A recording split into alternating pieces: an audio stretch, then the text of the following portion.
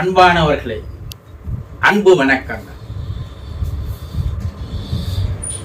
நாள்தோறும் தொடர்ந்து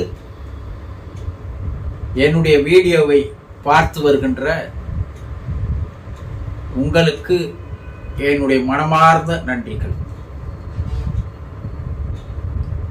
நீங்கள் இதுவரை தெரிந்திராத, கேட்டிராத, படித்திராத பல்வேறு விஷயங்கள் உங்களுக்கு தெரியப்படுத்துகின்ற பணியிலே உங்களுக்காக நான் பேசி வருகிறேன். நீங்கள் பல விஷயங்களை தெரிந்து கொள்ள வேண்டும். ஞானம் என்பது பல விஷயங்களை தெரிந்து தெளிவு பெறுவதுதான். கற்றலை விட கேட்டலே நன்று என்று கூறுவார்கள் இல்லையா? ஆக நீங்கள் பல விஷயங்களை தெரிந்து கொள்ள வேண்டும் என்றால் முதலில் இந்த சேனலை சப்ஸ்கிரைப் செய்து எனக்கு ஊக்கத்தையும் உற்சாகத்தையும் தாருங்கள். தொடர்ந்து உங்களுக்கு ஞான விஷயங்களை, யோக ரகசியங்களை உங்களுக்கு எடுத்து கூறுகிறேன். இன்று நாம் என்ன பார்க்க போகிறோம் என்றால்,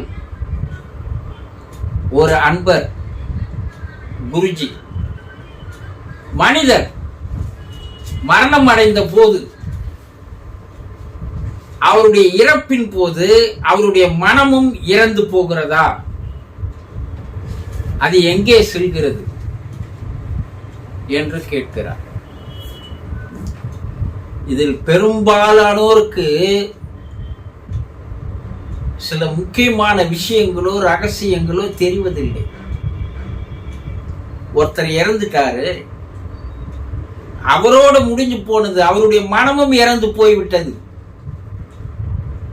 அவருடைய ஆன்மா மட்டும்தான் வெளியே போகிறது. இந்த ஆன்மாதான் மறுபடி பிறப்பு எடுக்கிறது என்ற ஒரு கருத்து அவர்களுக்கு இருக்கிறது. ஆனால் உண்மை அதுவல்ல. ஒரு மனிதர் இறந்து போனால் அவருடைய ஸ்தூல உடல், the physical body, அந்த உடல் மட்டும்தான் இறந்து போகிறது. ஏனென்றால் உயிர் இருந்தால்தான் உடல் செயலில் இருக்கும். உயிர் இருந்தால்தான் மனம் செயல்படும். மனம் இருந்தால்தான் உடல் செயல்படும். இந்த உயிரைத்தான் ஆன்மா, ஆத்மா, ஆவி, ஜீவன் என்று பல பெயரை வைத்து அழைக்கிறோம். இந்த ஆன்மாவும் மனமும் சேர்ந்து தான் வெளியே வருகிறது. தூல உடல், தூல உடலுக்குள்ளே சூக்கும உடல், சூக்கும உடலுக்கு உள்ளே காரண உடல்.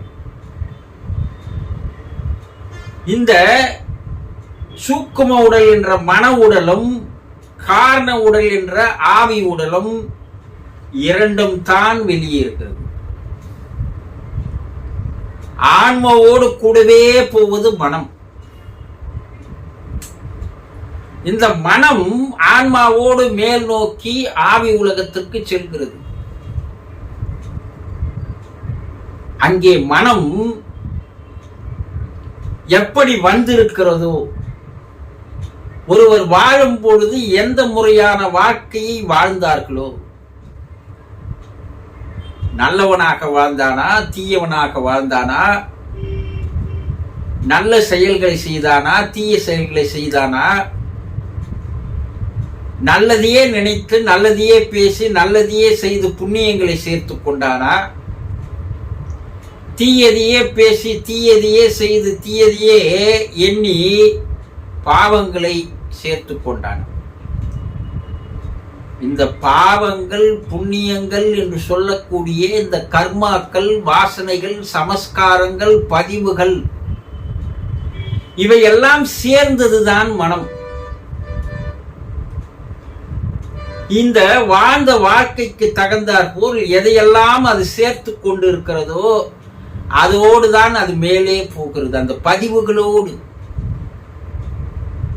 இந்த மனமும் ஆன்மாவும் மைக்ரோசிப் என்று சொல்லக்கூடிய வகையிலே மிக மிக நுணுக்கமான ஒரு உருவமாக மாறித்தான் வெளியே வருகிறது. அது கண்ணிற்கு தெரியாது.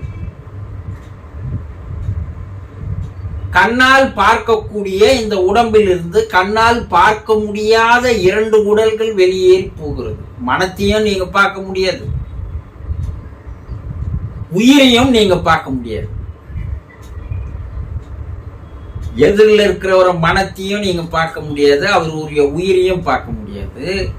உங்களுக்குள்ள இருக்கின்ற மனதையும் நீங்கள் பார்க்க முடியாது, உங்களுடைய உயிரையும் பார்க்க முடியாது. இவை 2ம் வெளியேறி மேலே ஆவி உலகத்திற்கு சென்ற பின் இந்த பதிவுகளுக்கு ஏற்றாற்போல் சேர்த்துக்கொண்ட கர்மாக்களுக்கு ஏற்றாற்போல் அங்கே வாழ்க்கையானது தரப்படுகிறது. அந்த வாழ்க்கை முடிந்தவுடன் அதே மனமானது வேறு ஒரு பிறப்பு எடுப்பதற்கு அது விதையாக, வித்தாக, காரணமாக வருகிறது. அப்படி வரும்போது இந்த பிறவியில் சேர்த்து கொண்ட பதிவுகள் எல்லாம் அந்த மனதிலே அப்படியே இருக்கிறது. அந்த பதிவுகளுக்கு ஏற்றார் போல் ஆவி உலகிலே வாழ்க்கை தரப்படுகிறது. ஆவி உலக வாழ்க்கை முடிந்தவுடன் பூமி உலகிற்கு வரும்போது கூட அந்த பதிவுகளுக்கு ஏற்றார் போல் தான் பூமியில் அவனுக்கு வாழ்க்கையானது நிர்ணயிக்கப்படுகிறது. நீங்க இப்ப வாழறீங்க இல்லையா, இந்த வாழ்க்கையை சரியாக நீங்கள் வாழ வேண்டும் என்றுதான் ஆதி காலம் முதல் கொண்டு ரிஷிகள், முனிவர்கள், சித்தர்கள், யோகிகள், அவதாரங்கள் எல்லாம் தளப்பாடா மனிதர்களுக்கு எடுத்து கூறினார்கள். அப்பா, நீ வாழும் பொழுது ஒரு புண்ணியத்தை சேர்த்துக் கொள்ளுகின்ற வாழ்க்கையாக வாழ். ஒரு தூய்மையான, பரிசுத்தமான, பளிங்கு போன்ற ஒரு தெய்வாம்சம் உள்ள மனிதனாக நீ மாறிவிடு. அப்பொழுது உனக்கு ஆவி உலக வாழ்க்கையிலே உயர்ந்த நிலை வாழ்க்கையும் கிடைக்கும். மறுபடி நீ பிறப்பு எடுக்கும் போது உயர்ந்தது ஒரு வாழ்க்கையாக உனக்கு அது அமையும். இவைக்கெல்லாம் காரணம் உங்களுடைய மனம். அப்போ மனம் தொடர்ந்து பல்வேறு பிறவிகளை எடுக்கிறது. ஆன்மாவும் அந்த மனத்தோடு வந்து கொண்டுதான் இருக்கிறது. ஆன்மாவுக்கு அழிவு என்பது கிடையாது. ஆனால் எப்போது மனம் இல்லாது செய்து கொள்கிறீர்களோ, இறைவன் மறு ஒரு பிறப்பை தருவது அந்த மனதில் சேர்த்து கொண்ட அந்த கர்மாக்களை நீக்கி விடுங்கள் என்பதற்காக தான் மறுபடியும் ஒரு வாய்ப்பை, ஒரு சந்தர்ப்பத்தை, ஒரு சூழ்நிலையை உங்களுக்கு தருகிறான். இந்த பிறப்புலனா நீ உன் மனசை வந்து நீக்கிடு, மனமில்லாத நிலைக்கு நீ வந்து விடு. அப்போ இறந்து நீ மனமில்லாது போகும்போது ஆன்மா மட்டுமே வெளியேறும். அந்த ஆன்மா நேரடியாக போய் இறைவனோடு கலந்து விடும், கரைந்து விடும், இறைநிலை அடைந்து விடும். இதற்கு தான் மோட்சம், விடுதலை, வீடு பேறு, சிவகதி, சிவநிலை, இறைவனடி சேர்ந்தார் என்றெல்லாம் சொல்லுவார்கள். மனம்தான் அனைத்திற்கும் காரணம். மனம் என்பது எப்போது இறக்கிறதோ அதுவரை உனக்கு மறுபடியும் பிறப்பு இருந்து கொண்டுதான் இருக்கும். ஆக ஒரு மனிதன் இறந்து போனால் அவனுடைய உடல் தான் இறந்து போகுமே தவிர மனம் இறந்து போகாது. அது மேலே மேலே போகும், மறுபடியும் பிறப்பு எடுக்கும்.